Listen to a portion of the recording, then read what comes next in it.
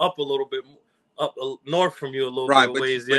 you've been all over. Oh yeah, You yeah. I've been turned it all up. over that city, man. All over.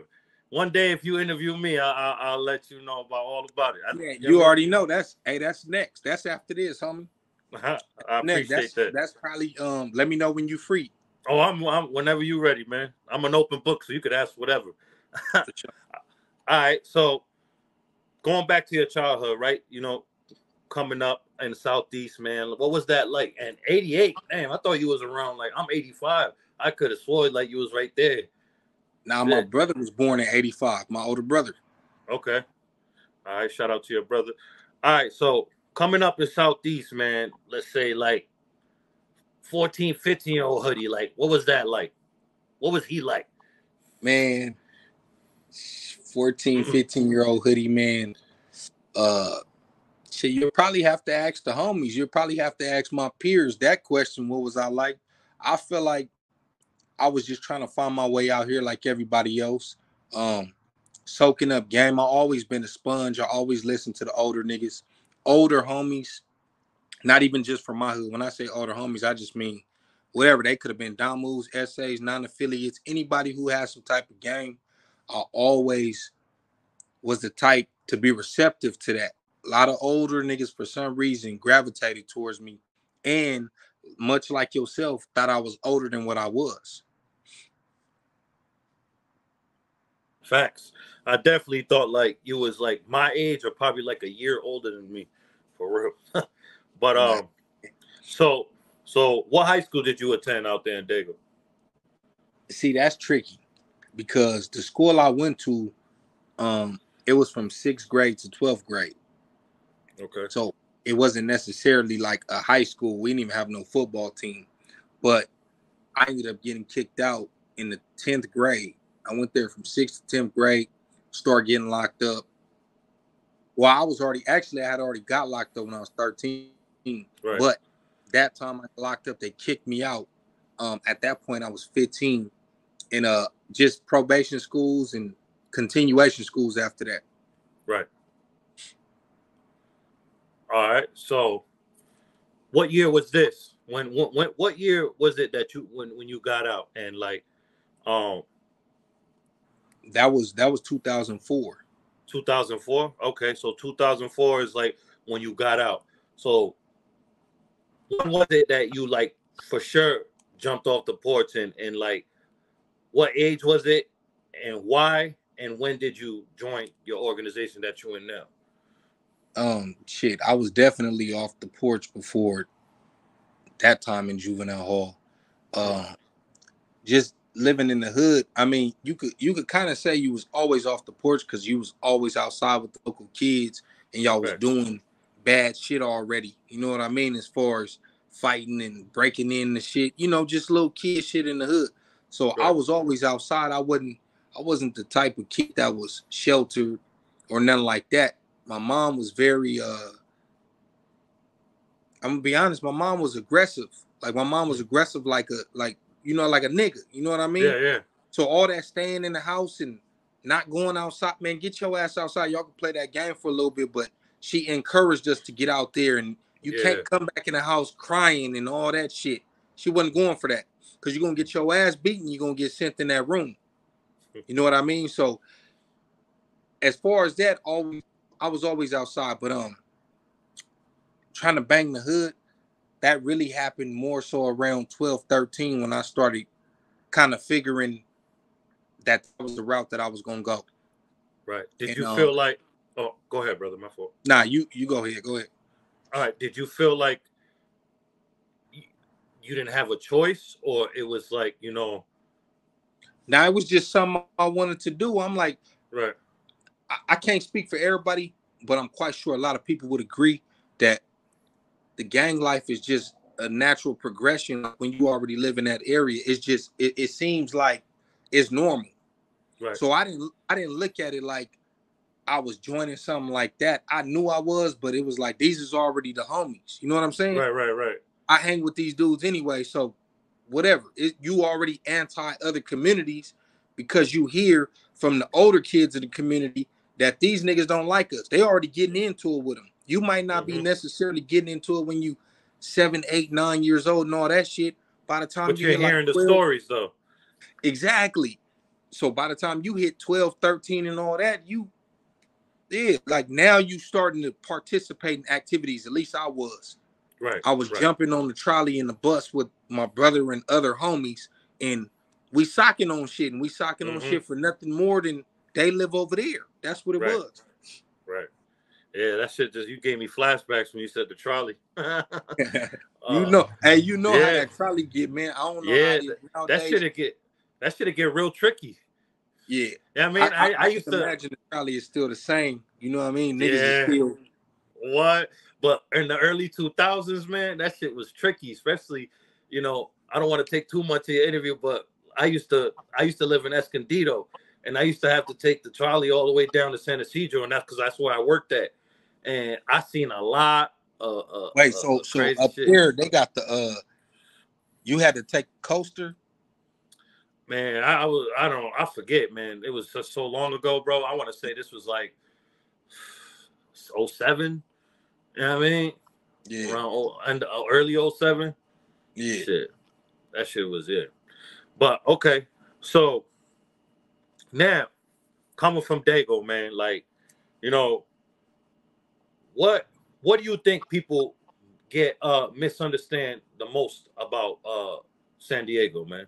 I'm glad you asked this question, man. That's a fire question right there. Thank you. I knew you was gonna like that one. It's pretty simple, homie. It's like this. A lot of other places, they glorify, not glorify, but they pretty much not only embrace they crime rate and they gang problem and all that, but they kind of exploit it. That's the word I was looking for. Yeah. So when you go to these other places, what it is, you got certain cities, whether it be San Diego, Seattle, San Francisco, Vegas. It's a lot of cities that they try to shun that or hide it.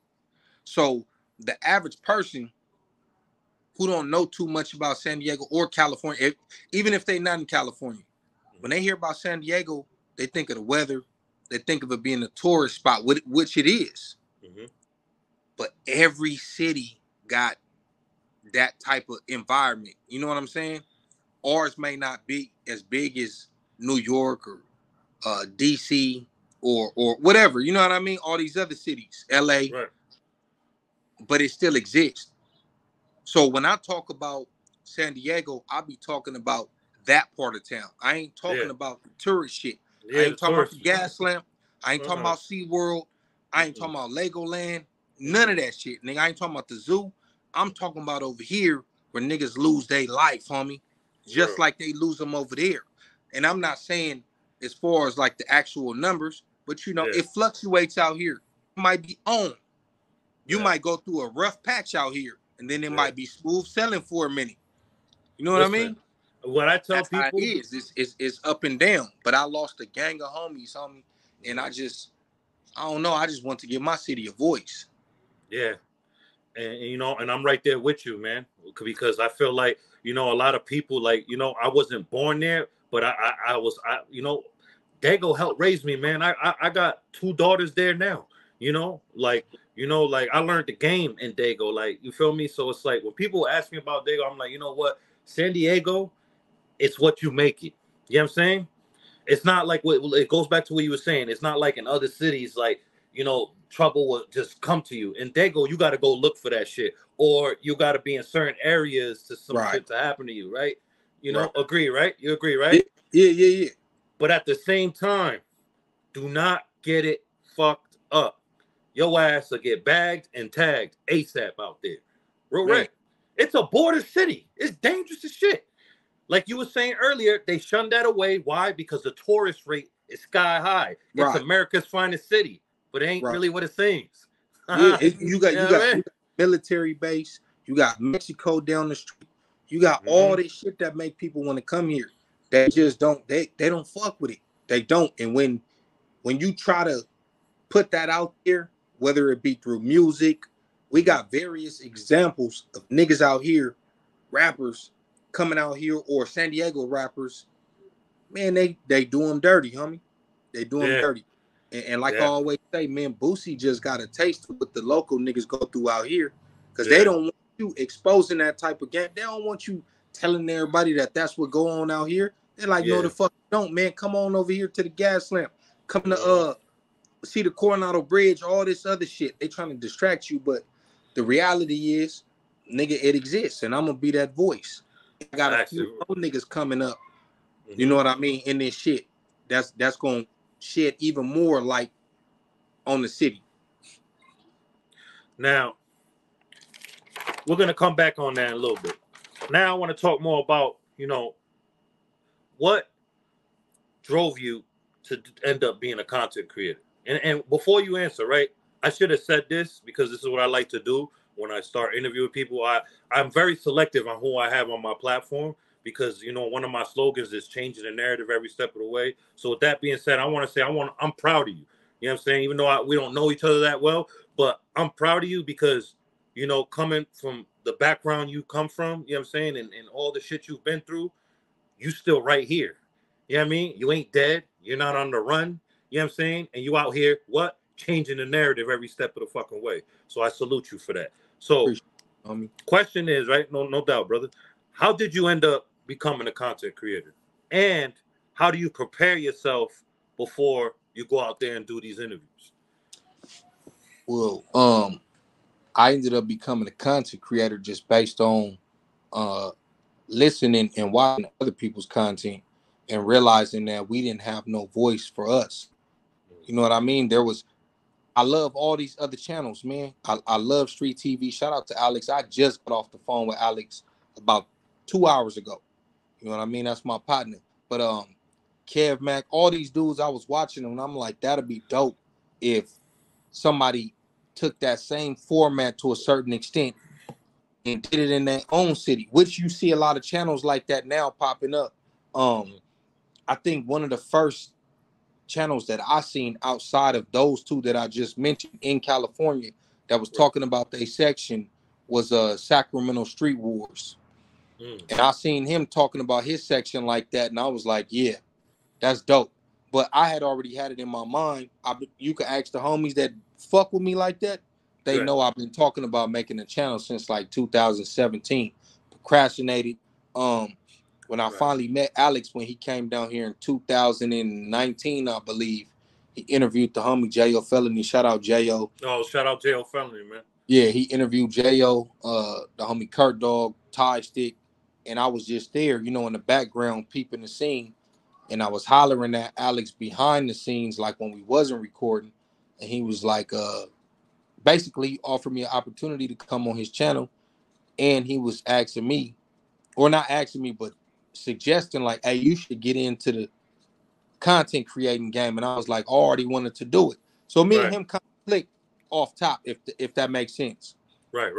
So he put me on this channel, I want to say 2-3 times before I made a channel. But I knew Right. that was going to be my introduction to the YouTube world, just, building my resume. Right.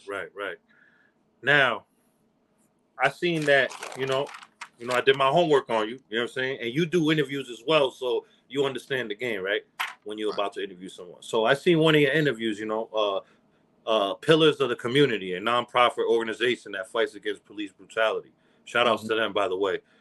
Can you speak about, let my subscribers know what happened to you in 2017? You was explaining to them in your interview. See, I pay attention, right? Yeah. Hey, I'm gonna tell you, man, you probably the only person who bring up that episode because people like the bullshit and they like the negativity. This And channel right here is not like that, brother.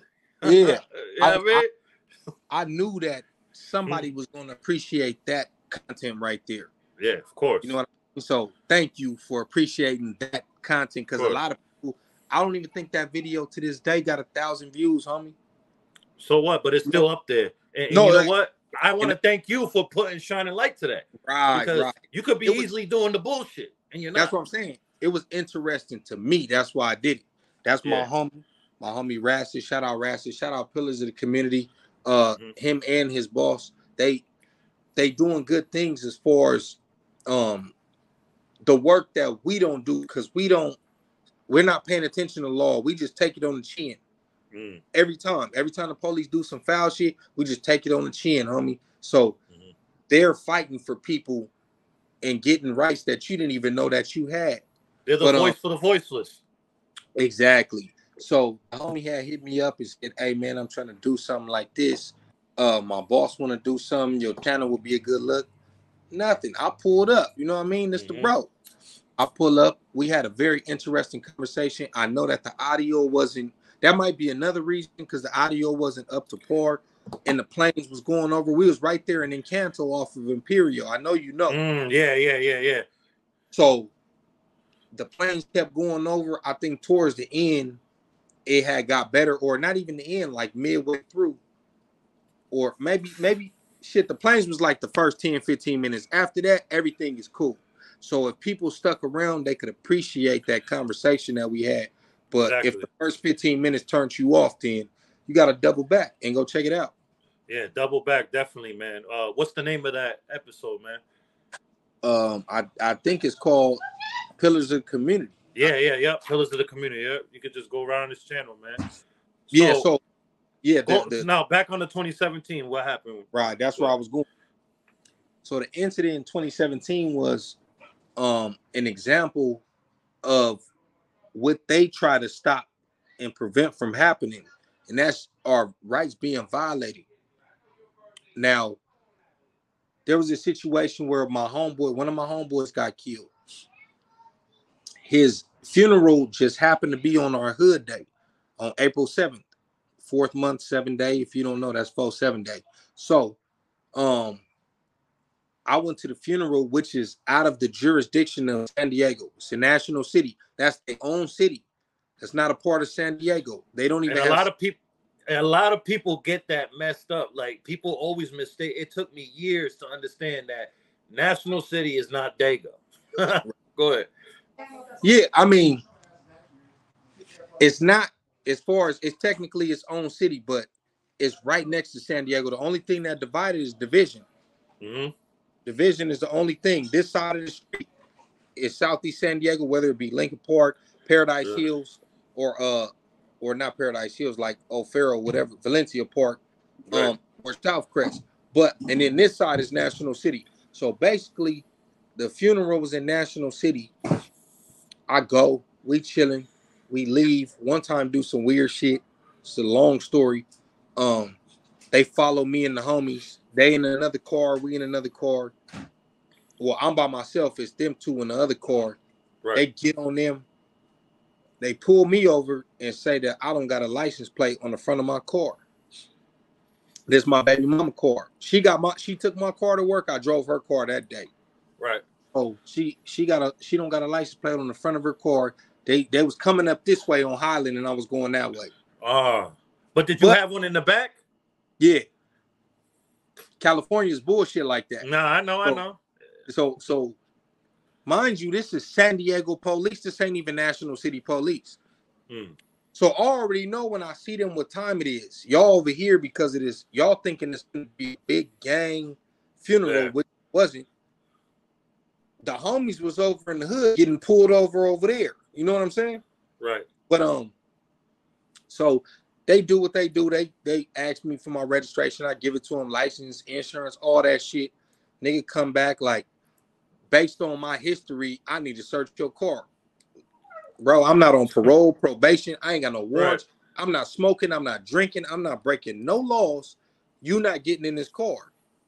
You could write me my ticket for not having a license plate or call your sergeant. That's what I told him. Oh, boy, pulled the door open and start snatching me out the car with the seatbelt on and all that. So, basically, at that point, I'm like, all right, put my hands up. Right. Nigga snatch me up. Is there anything in the car? Hey, man, do what you got to do. Take me to jail.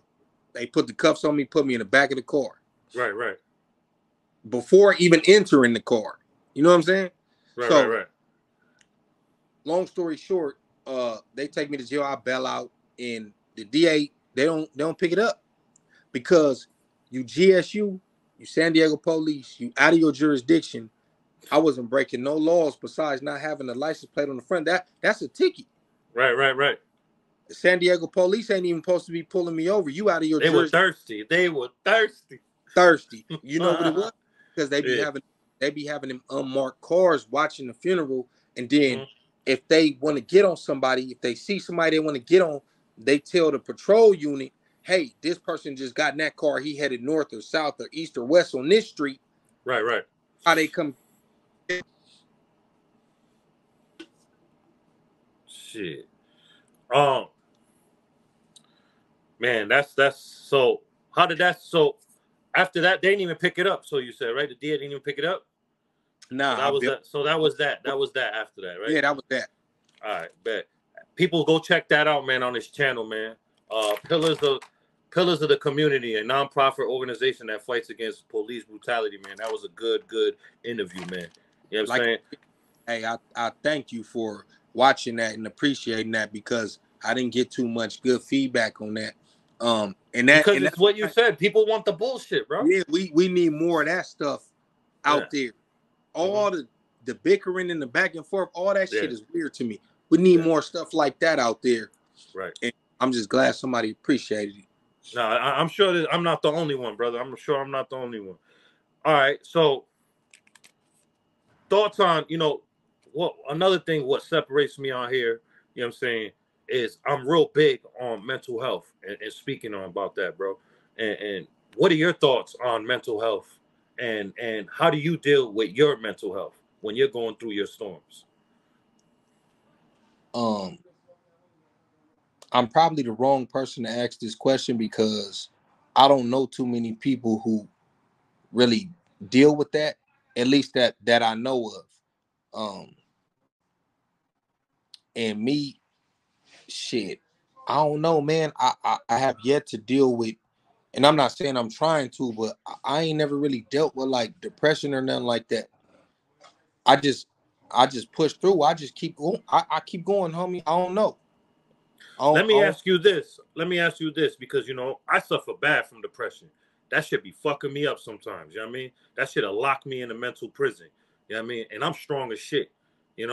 But so I need to ask some advice from you. How do you able to? Because you're human. You know what I mean? You ain't a robot. You know what I mean? I know there's days that you're like, fuck this. Like, I'm not saying you want to hang it up. I never, want to hang it up. I'm just saying, like, fuck this. I don't want to be bothered.